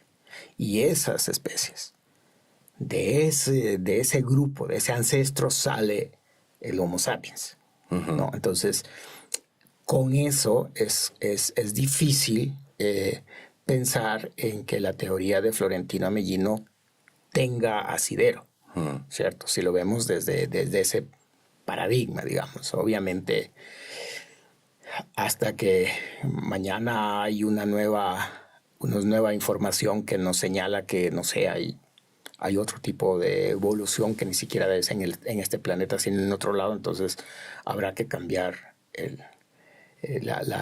lo que uno piensa de acuerdo a la evidencia. Pero Claro. hasta la actualidad es lo que les puedo contar un poco, hasta dónde está nuestro entendimiento de que en realidad las Américas son pobladas por humanos ya hechos y derechos. Pero ahora yo me cuestiono el hecho, en Europa no había monos. Y sin embargo allí florecieron los neandertales. ¿De dónde salieron los neandertales entonces? El proceso evolutivo temprano en realidad se da en el África. Ujú. Del África sale el Erectus y el Gaster, que le llaman. Son dos versiones. Alguna gente no le quiere llamar Erectus, sino Ergaster. Pero ellos hace más o menos 1 millón de años salen del África. No es que salieron todos, es decir, algunos salen del África y comienzan a poblar. Y tú tienes ya evidencia de los Homo erectus, por ejemplo, en Chukutien, en la China. Y comienzas a tener evidencia en Europa, ¿no? No es que el proceso evolutivo temprano aparece en Europa, Ya. ni en Asia. Entiendo. Es en África. ¿No? De África salen los primeros. Entonces, eso, además, tenemos una serie de cosas paralelas que comienzan a funcionar. Entonces, o sea, en este momento, cuando tú ves un africano y dices, no, es que a lo mejor estás viendo a tu ancestro. Claro. ¿No es cierto? Entonces, eso también nos lleva a replantearnos toda una visión histórica que nos llevó a la debacle con el racismo y toda esa predominancia de un color de piel sobre el otro. Claro. ¿No es cierto? Entonces, en realidad, los primeros procesos evolutivos salen del África, no salen del Asia, no salen de Europa, allá llegan después. Entonces, en este proceso de migración hacia todo el mundo, las Américas viene después, ¿cierto? Ahí todavía se debate Oceanía cuando se pobla, Australia cuando se pobla, los polos, bueno, hay la idea de que se pobla bien temprano, al menos el norte, también hay ideas del sur, pero la idea es esa. Y hay unos libros interesantes, hay un libro que se llama Saliendo del África o Out of Africa, que muestra un poco el camino, ¿no? Entonces, los Australopithecus no están en Asia, no están en Europa. En Europa, están en el África. En realidad, aparentemente el Homo habilis, que son los primeros que comienzan a hacer herramientas, etc., esos también están en el África. Y cuando ya salen y comienzan a poblar estas otras áreas, ya son pre-Homo sapiens, Homo erectus, Homo ergaster, 1,500,000 de años, ya han domesticado el fuego, ya comenzamos a comer comida preparada, a hacer herramientas para matar otros no humanos para alimentarnos, porque recordemos que al inicio pues éramos carroñeros como las otras especies, esperábamos a que alguien mate y nosotros íbamos también a jalar lo que podíamos. Claro. Y hay todos unos cambios en el sistema digestivo, una serie de cosas que hacen que ya desde el Homo erectus nos vayamos pareciendo mucho, porque se llama Homo erectus obviamente porque es el momento en el que en nuestro proceso llamado bipedalismo comenzamos a andar erguidos en dos pies y comenzamos a ver cambios en la estructura de la cadera, etcétera, que hace que nosotros caminemos diferente de los chimpancés. Claro. El chimpancé, su proceso de bipedalismo no se ha desarrollado de la misma forma o tan rápido, tan complejo como nosotros. Así es. Entonces, pero eso está pasando hace 1,000,000, un poco más de años. Y allí esas poblaciones logran cruzar al Asia y a Europa. Ya, sí. y, Y de ahí a América. claro, pero solo quiero decir esto último. En Europa, hace 30, 40 mil años, estas poblaciones ya están haciendo pintura rupestre, o sea, hay una cosa bien desarrollada. Sí, ahí está Altamira. Claro, y sin embargo llegan a las Américas y es como que empiezan de cero. Sí.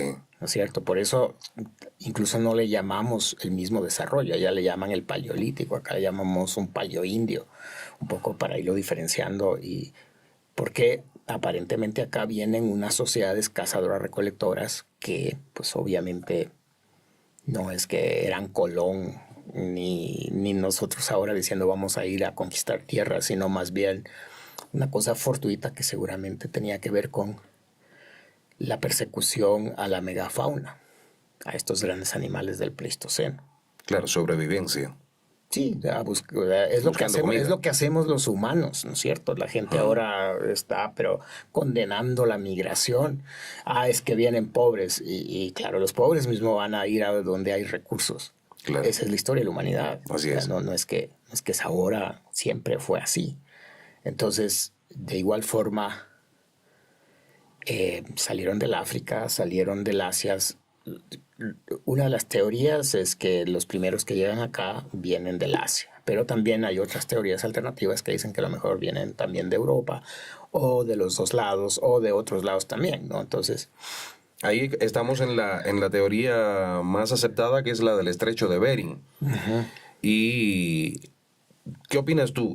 ¿Esta teoría se sostiene aún en el tiempo desde su surgimiento? Ya comentaste que existen otras uh-huh. teorías. Sí. ¿Cómo está esta teoría del estrecho de Bering hoy, en el 2025? Ya, a ver, hasta creo que cuando tú y yo estábamos en el colegio y en la universidad, y de lo que nos acordamos, nos decían que el poblamiento del Nuevo Mundo era a través del estrecho de Bering. Y eso era el modelo estándar, básicamente. Claro. No había ninguna otra posibilidad, o a lo mejor en la escuela y en el colegio no nos decían, porque pues ahí las cosas se dan como casi como que son verdades, ¿no? Porque ya vienen enlatadas. Claro. Entonces, pero en la actualidad ese modelo ha sido cuestionado y no es el único. Me refiero a que no está descartado, pero no es el que está aceptado por todo el mundo. Y estamos como en el proceso de entender que hay, primero, no una sola entrada. Entonces, por ejemplo, hace algún tiempo, unos lingüistas, por ejemplo, se juntaron y dijeron, a ver, ¿cómo enfrentamos el problema del poblamiento del Nuevo Mundo?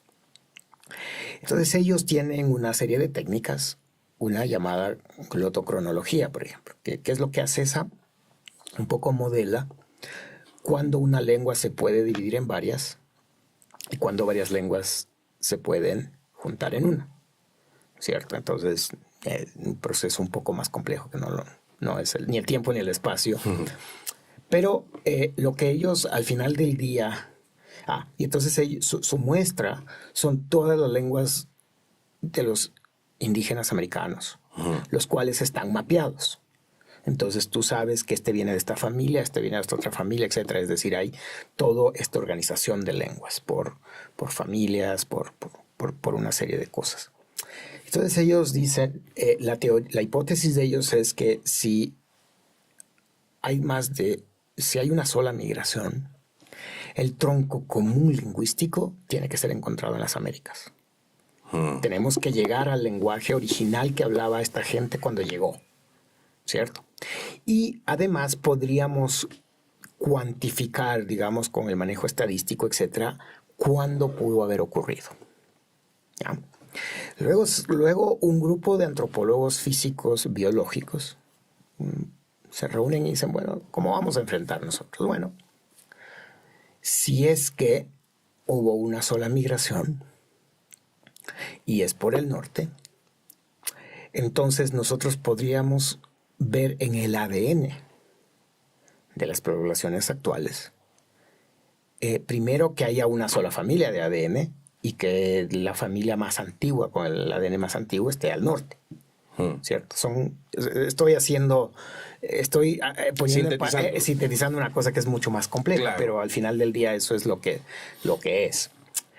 Y claro, sus análisis llegan a una misma conclusión, y es que primero no hay una sola migración, sino al parecer hay al menos 3 migraciones tempranas.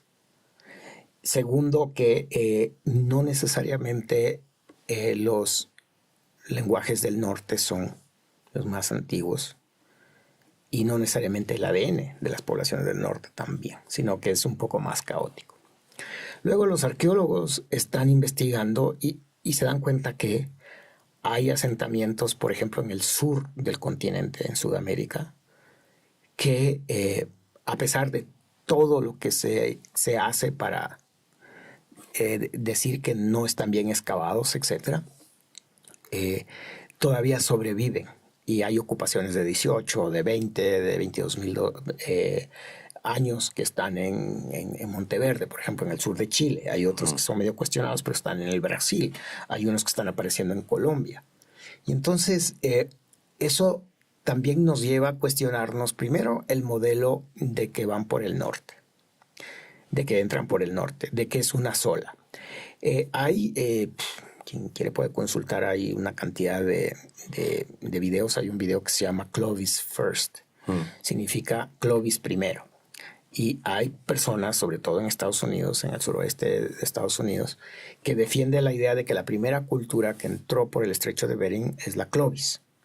Y los Clovis es interesante porque en un sitio que se llama Clovis, Nuevo México, encontraron a creo que era bisonte o mastodonte, no recuerdo, que tenía una punta de proyectil en su costilla. Entonces esa era una evidencia clara. O sea, discúlpame, ¿un proyectil de qué tipo? Una punta de flecha, de lanza, pero incrustada en la costilla, que es evidencia clara de que primero hay una asociación de esta megafauna con los Clovis.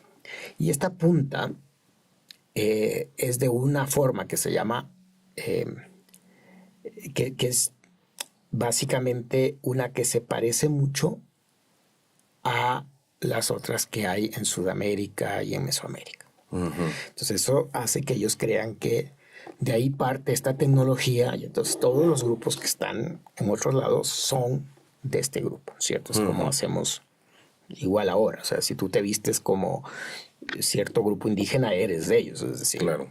Entonces, esa es un asunto. Ahora, en Sudamérica también hay otro tipo de tecnología, una punta de lanza que se llama cola de pescado, por ejemplo, porque es de esa forma. Esas, por ejemplo, hay aquí en el Inga. Ahora, hay muchas cosas que tienen que ver con el poblamiento temprano. Una es que la teoría de Bering lo que dice es que en el Pleistoceno es una época bastante dinámica donde hay procesos de congelamiento y enfriamiento del planeta. Y que en uno de esos enfriamientos fuertes, este canal de Bering que divide a la península de Kamchatka de Asia y a Alaska, el Yukon y toda esa zona, son 21 kilómetros. Entonces lo que se propone es que durante una de estas glaciaciones fuertes se hizo un puente de hielo. Beringia. Ya, entonces estos mamuts, bisontes, mastodontes, etcétera, cruzan. Y que estas poblaciones que están al final del Asia, pues básicamente no se dan cuenta que están cruzando a un nuevo continente. Ahora, y eso básicamente hay evidencia, cada vez las evidencias climáticas se van haciendo mucho con una resolución más alta, ¿cierto? Entonces ahora ya sabemos cuándo pudieron haber ocurrido esos diferentes puentes, ¿no? Entonces hay unos que son al 22, al 18, hay uno al 11. Entonces, ese es un punto. El otro punto es que, por ejemplo, en Ecuador se debate si los primeros pobladores están o no asociados a la megafauna. Alguna gente dice no, que cuando ya llegaron aquí la megafauna ya se había extinguido. Y entonces, cuando la megafauna se extingue, es porque hay un cambio climático. Llegamos al clima actual, el Holoceno. Entonces hay bajada del hielo, subida de del nivel del mar y todo. Pero también la gente sale de las cuevas y se va a zonas abiertas. Y comienza entonces a cazar y pescar una fauna más holocénica. Es decir, los cuyes, venados, etcétera, que requiere además de una nueva tecnología. Entonces esas puntas de lanza grandes son reemplazadas por puntas de flecha, que con una lanza de esa no le das a un cuy. Claro. Si le das a un cuy no tienes nada para comer después, entonces necesitas eso y comienza a haber especialización de herramientas, una serie de cosas que nos muestran a nosotros que ya hay un nuevo periodo, que ya no es el de entrada temprana. Pero ha sido difícil en algunos lados asociar herramientas con megafauna o sitios que sean claros, ¿no? Entonces por ahí tienes un par de cosas y lo que se debate siempre es la posición estratigráfica. Entonces, si tú no estás mirando exactamente de dónde sale y tienes muestras para hacer carbono, etcétera, no sabes de dónde está saliendo. Entonces hay gente que cree que porque es profundo es bien antiguo y no necesariamente funciona de esa forma. Tiene que ver con qué actividades pasaron ahí, ¿cierto? Es decir, hay un árbol gigante y se pudrió en miles de años, dejó una cavidad y cosas ruedan hacia abajo. ¿Cierto? O, no sé, alguien cavó, un millón de cosas, o el río se vino trayendo y con la fuerza en la pared va incrustando. Claro. Entonces uno dice, no, esto es del Cretácico. No, en realidad es de hace un tiempo que vino y se incrustó ahí. Entonces hay muchos factores de ese tipo que se necesitan mirar. Entonces, bueno, para hacerte la historia corta, básicamente hay 3 momentos tempranos que se están registrando. Esto puede cambiar, es decir, un podcast en 10 años y a lo mejor todo esto que estoy diciendo ya no tiene sentido. Pero al momento creemos que hay más de una migración. Posiblemente hay diferentes lugares por donde hay migración. Y claro, aquí lo que ahora toca explicar es estas migraciones alternativas que posiblemente vinieron por el sur, cómo llegaron. Entonces, hay gente que dice, no, o sea, los Homo sapiens están desde hace medio millón de años, ya están haciendo Altamira, ya están haciendo Lazo, ya tienen una tecnología fuerte. ¿Por qué no pensar que podían tener una tecnología de navegación? Que no dejó mucha evidencia porque pues, hay problemas de preservación. Es decir, mientras más vas en el tiempo, menos evidencia tienes. Entonces también es un problema. Entonces, pero básicamente hasta ahí estamos. Es decir, no se descarta que por Bering sí cruzaron. Pero que no fue el único lugar. Que no fue el único y que a lo mejor no fue la única vez. Claro. No, entonces, y claro, tenemos diversidad de grupos, a lo mejor eso también se muestra porque fueron de diversos lados que vinieron en diferentes tiempos. O sea, de hecho, 1492 fue el preludio de la gran migración de hace 500 años. Entonces, las Américas siempre ha sido un lugar de migración. Y al revés, ¿no? La gente de las Américas ahora están volviendo a Europa. Los africanos quieren volver la gente de la Mesopotamia, que era el crisol de la civilización, ahora están en problemas, tienen guerras, tienen problemas y están buscando a Europa, que hace 5,000 años no eran nada. Claro. Es como la humanidad se va reestructurando, ¿no? Así es, así es. ¿Qué le dice a un antropólogo, teniendo como base todo lo que has explicado, los rasgos físicos y culturales de los nativos americanos? Claro, a ver, primero, los rasgos físicos no están para nada divorciados de la genética. Por supuesto, claro. Lo que pasa es que nosotros tenemos, dicho vulgarmente, 2 tipos de genes. O 2 diferentes manifestaciones de nuestro código genético. Y el uno tiene que ver con esta dominancia en el fenotipo. El fenotipo es cómo nos vemos, ¿no? Y entonces resulta que tú te pareces al abuelo, Y es porque los genes dominantes de tu abuelo están en ti. Y a lo mejor no te pareces a tu papá porque en ese momento no son dominantes, sino la dominancia a veces va en primera, segunda, tercera, quinta generación. O porque no eres hijo de tu papá. Exacto. Sí, o sea, mañana aparece un chico totalmente diferente a alguien, habrá que primero buscar en la familia, en los ancestros, cómo Claro. qué hay ahí. Y entonces hay rasgos genéticos dominantes, ¿no? Por ejemplo, cuando tú dices, pero es la copia del papá, es porque el papá tiene una dominancia en el fenotipo, sus genes, y es igualito. En otros lados puede ser igual a la mamá, en otros son una mezcla, hay un millón de combinaciones, ¿no? Y claro,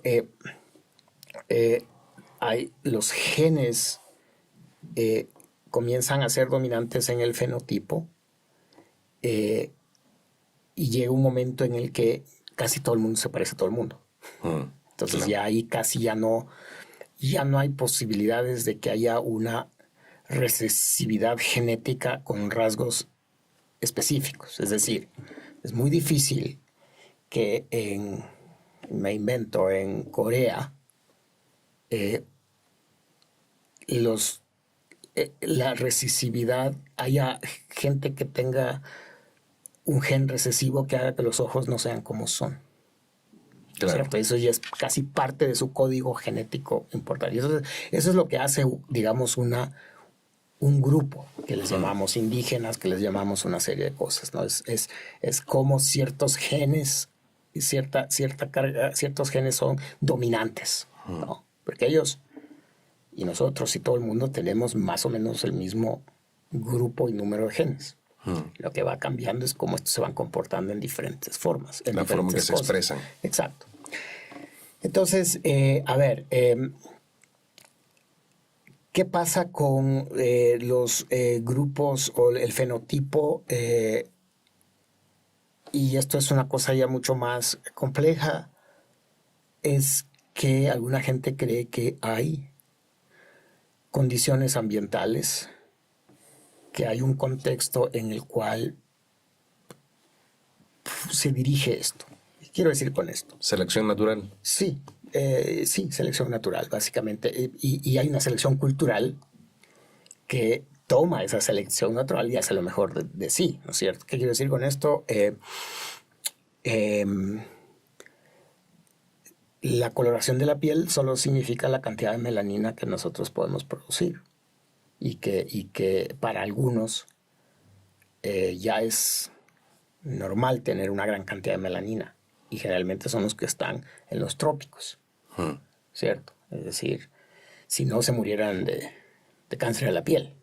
Claro, hay mayor exposición a los rayos ultravioletas. Nosotros en este momento, ¿por qué podemos vivir en todo lado? Porque tenemos estas cosas que se llama tecnología o cultura. Nosotros como humanos, a diferencia de los demás animales, desarrollamos cultura. Y la cultura es cómo nosotros manipulamos el entorno para mejorar nuestras condiciones. Entonces no somos hechos para estar debajo del agua, pues hacemos unos tanques de oxígeno y nos ponemos y ya estamos ahí tranquilos. Y si no, tenemos unos submarinos, todo acondicionado para... o le tenemos a un tipo con estos cascos y estas cosas yendo a la luna. La creación. ¿No es cierto? Eso es la cultura. Eso nos hace diferentes a los humanos de los demás. ¿No es cierto? Nosotros manipulamos el entorno.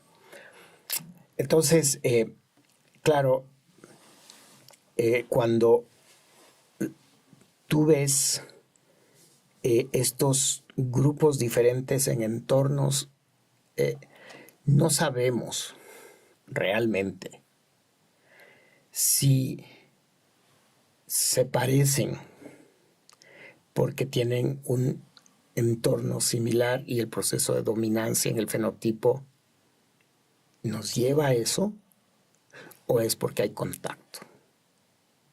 ¿Sí? Entonces, claro, la manera más rápida de llegar a pensar que por qué hay similitudes es porque hay contacto. Y generalmente esa es la idea que domina el mundo. Claro. Sí. ¿No es cierto? Entonces tú dices, no, pues es que estos se parecen a los asiáticos.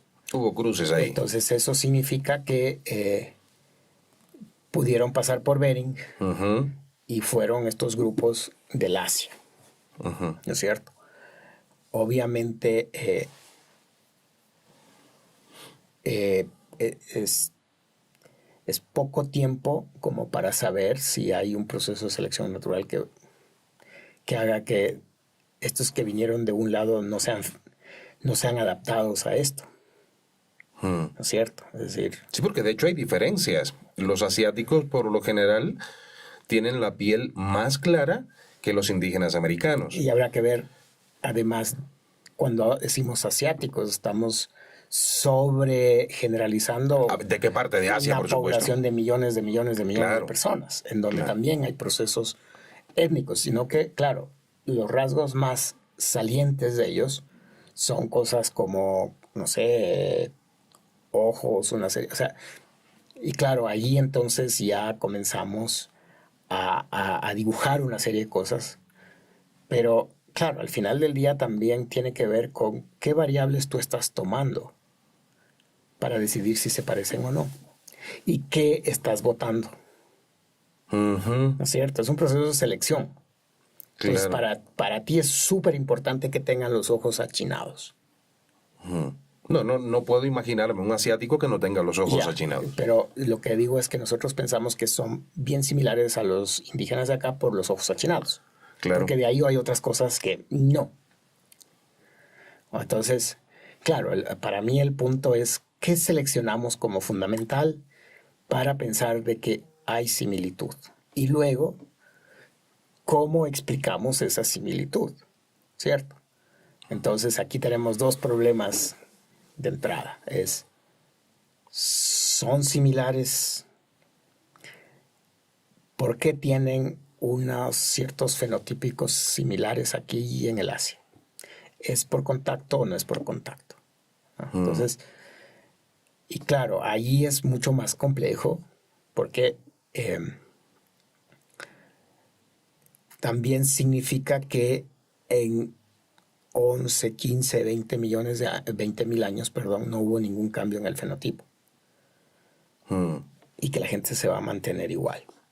Entonces o sea, para mí son estos problemas por los que todavía no tenemos respuesta.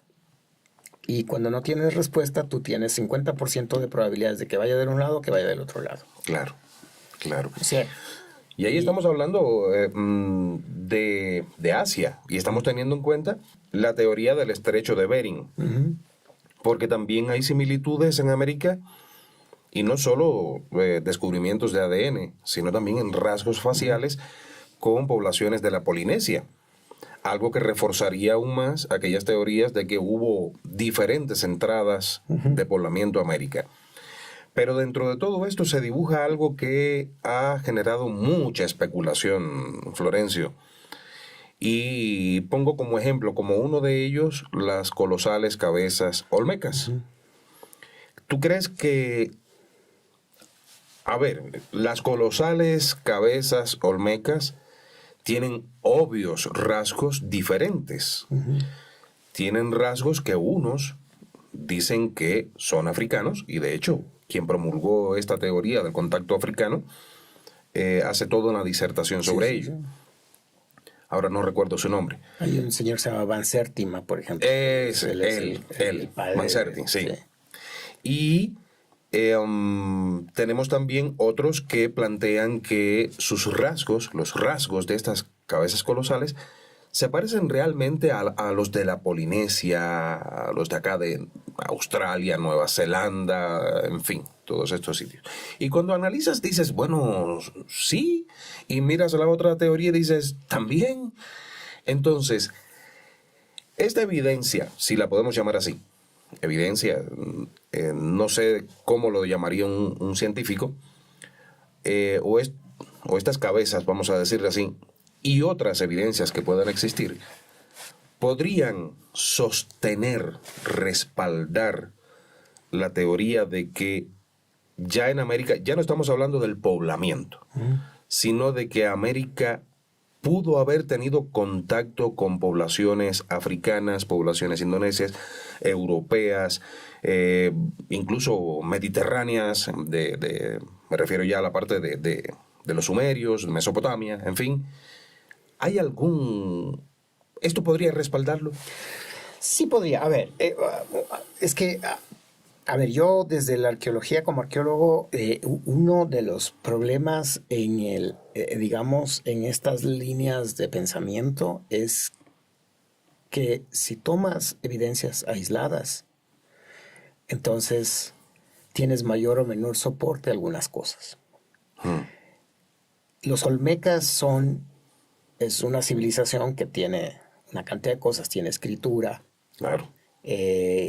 tiene una serie de expresiones, hacen agricultura bien temprano, etc. Es una civilización muy importante, parecida a la Chavín en el Perú, Chorrera en el Ecuador y algunas otras cosas. Y es como una época en la que alguna gente dice que es como el renacimiento europeo, en donde hay una serie de expresiones artísticas, de diseños que son panamericanas. Entonces hay gente que ve una conexión entre la escultura, entre la iconografía de los Chavín, los Chorrera, los Olmecas.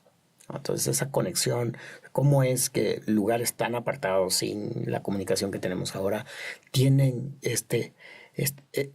esta similitud artística, por ejemplo. Es muy interesante que nosotros le llamamos horizonte, ¿no? Es un horizonte cultural. El Renacimiento es eso. La gente comienza a hacer cosas más o menos idénticas, aunque ni siquiera se comunica. Es cómo sale esto. Entonces, por ahí va un poco la idea. Ahora, las cabezas, claro, las cabezas son un rasgo que le desconecta de todo lo demás, ¿no? Ahora, obviamente, tú te vas al Perú y tienes en Chavín las cabezas huecas. Esas, en cambio, son unas cabezas que están conectadas a los templos, ¿no? De que haya podido haber un contacto, muy posiblemente. A nadie que haya sido con el África, también. ¿Con qué parte del África? ¿Quiénes en el África? ¿Cómo se dio el contacto?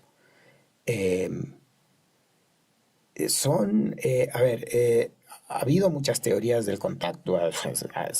Alguna gente todavía cree, por ejemplo, que la cerámica temprana del Ecuador, los valdivianos, la aprendieron de unos tipos que vinieron de Japón. La famosa teoría transpacífica, ¿no? El problema con eso es que hay una diferencia de más de 1000 años. Entonces yo no me imagino a unos tipos en un barco, náufragos, viviendo 1000 años y trayendo el conocimiento de hacer cerámica. Además intacto. No, intacto después de 1000 años. De los tipos, lo que vinieron aprendiendo está... ¿no? Y eso no pasa. Nosotros en 100 años hemos cambiado tanto, en 500 años cambiamos mucho. Y entonces todo eso va cambiando. Ahora, yo en lo personal me declaro escéptico de las dos cosas. De que no hay o de que hay, de que se parecen a los africanos o no se parecen. También puede ser que en toda esta diversidad cultural pueden haber grupos o pudieron haber existido grupos en la misma Mesoamérica que tenían bastante similitud con los actuales africanos. Porque, ojo, estamos hablando de 2000 años de diferencia. Entonces, ahí hay un problema de tiempo y de espacio. Nosotros queremos creer que como se ven los africanos actualmente, se veían hace 2-3 mil años. Claro. ¿Cierto? Y que aquí no había nadie que se veía de esa forma. ¿No? Y ahí hay una cantidad de debates. Ahora, ¿qué quisiéramos encontrar? Tumbas. ¿Qué quisiéramos encontrar en las tumbas? Una similitud de ADN. El día que tú tienes esta gente en estas tumbas con un ADN que no corresponde mucho a lo de acá y te vas haces un análisis de con cuál concuerda más y concuerda más con algún grupo en África, entonces ya tienes la respuesta. Claro, evidencias concretas. Claro. Por lo demás son posibilidades. Claro. Y yo, desde mi visión de de arqueólogo no puede lucubrar, Exacto. porque si no, entonces ya la gente no tiene, digamos, mi análisis basado en los datos. La arqueología, a diferencia de lo que la gente cree, no es un cuento, es una reconstrucción de lo más cercano a lo que debió haber pasado en el pasado. Y para esa reconstrucción necesitamos la mayor cantidad de evidencia posible. Si no hay esa evidencia, simplemente es una buena hipótesis, pero se queda ahí. Claro. ¿No existen entonces evidencias, cerrando esta parte, no existen evidencias que puedan relacionar con contactos precolombinos? De África, a ver, yo leí alguna vez que, alguna planta que entró aquí domesticada pudo haber entrado por el océano, pero también pudo haber venido así como fortuito. ¿El camote será? No, el camote hay evidencia de que sí parece, alguna gente dice que hay un artículo que hicieron hace tiempo de que sí hay una conexión de Oceanía, de la Polinesia con las Américas, sobre todo con la zona de Cañar y eso. Pero hace evidencia clara, concreta, o sea, esto es como un juicio, ¿no? Cuando le vas a condenar a alguien, claro, tienes que tener evidencia más allá de la duda. Claro. Para afirmar algo. Claro. Todavía es una buena hipótesis, no tiene que ser desechada, pero al momento es eso, es una hipótesis. Y a lo mejor es rico que siga siendo una hipótesis, porque eso... Claro, nos permite especular. Eso hace que la gente, sí, vuele con eso, sí, ¿no? ¿Para qué le vamos a quitar, claro, esa posibilidad? O puede ocurrir que en determinado momento se pruebe. Porque está... Claro, sería un gran avance, claro, digamos, a aclarar ya estas situaciones. Es que es un hecho. Y tú mismo lo planteabas hace un momento. Lo que ahora es, quizás mañana ya no es. Por supuesto. Pueden aparecer evidencias que derrumben todo lo anterior. Y claro. Florencio, te agradezco infinitamente. No tienes idea de cuánto te agradezco que hayas aceptado mi invitación.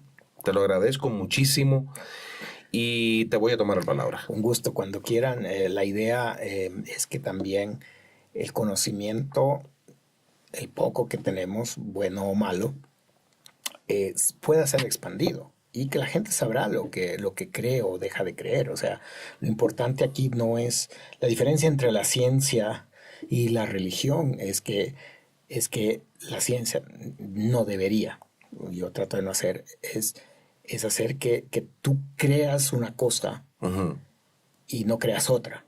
Y no, más bien la ciencia lo que hace es darte evidencia. Explicar las cosas. Y esa evidencia te da la mejor explicación posible en un momento y en un tiempo, que puede ir cambiando. Pero lo difícil es cuando comienzas a querer discutir ideas sin formas de tener evidencia. Entonces ahí sí ya es religión, ahí sí ya es, ahí ya no, ahí no nos vamos a poner de acuerdo. Exacto. Porque no hay una forma de ponerse de acuerdo. Es tu idea contra la mía, sí, ¿cierto? Y entonces, yo encantado, o sea, para mí, en este momento que tenemos acceso a toda la información posible, este mundo no lo teníamos hace 20, 40, 50 años nosotros. No, para nada. Teníamos que ir a la biblioteca, sentarnos, esperar que el bibliotecólogo por ahí sea buena gente y no nos mande retando, sí, por ahí que nos presten un libro y sacarle una copia. O sea, era bien difícil. Y sí, era complicado. Y si eso hacíamos nosotros, que éramos estudiantes, ya nos podemos imaginar qué pasaba con el pueblo en general que hace otras cosas. Ahora todo el mundo, bueno, no todo el mundo, pero casi todo el mundo tiene acceso a un celular, a una red social, y entonces hay que usarlo. Por supuesto. Florencio, con respecto a lo que decías hace un ratito, cuando hablabas de la ciencia y la religión, yo recuerdo una frase de mis abuelos. Mis abuelos me decían, nunca discutas ni de religión ni de política ni de deportes. Porque lo único que se van a generar son problemas. Por supuesto.